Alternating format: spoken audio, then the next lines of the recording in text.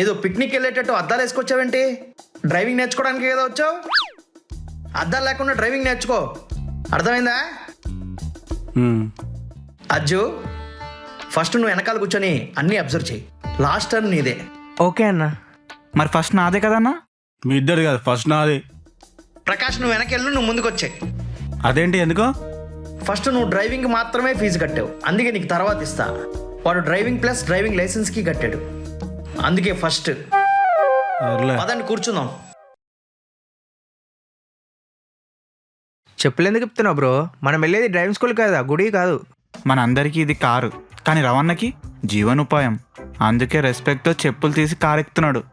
మరి మనం ఎందుకు తీయడం? ఆయనలాగా నడపాలంటే ఆయన చేసేది మనం చేస్తే బాగుంటుందని.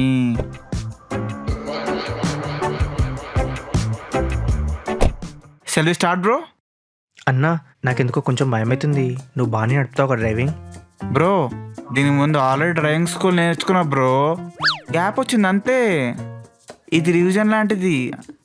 అయితే ఓకే అన్నా. Okay, let's go. అయ్యా, స్టార్ట్ అవ్వట్లేదా? అన్నా, దీంట్లో బ్యాటరీ అయిపోయింది అన్నా. ఇంకో కారు ఉందా? ఏరా, ఇది జస్ట్ రివిజనా? బండి కూడా స్టార్ట్ చేయలేకపోతున్నావు. అక్కడ ఉంటా, సైడ్కి తిప్పు.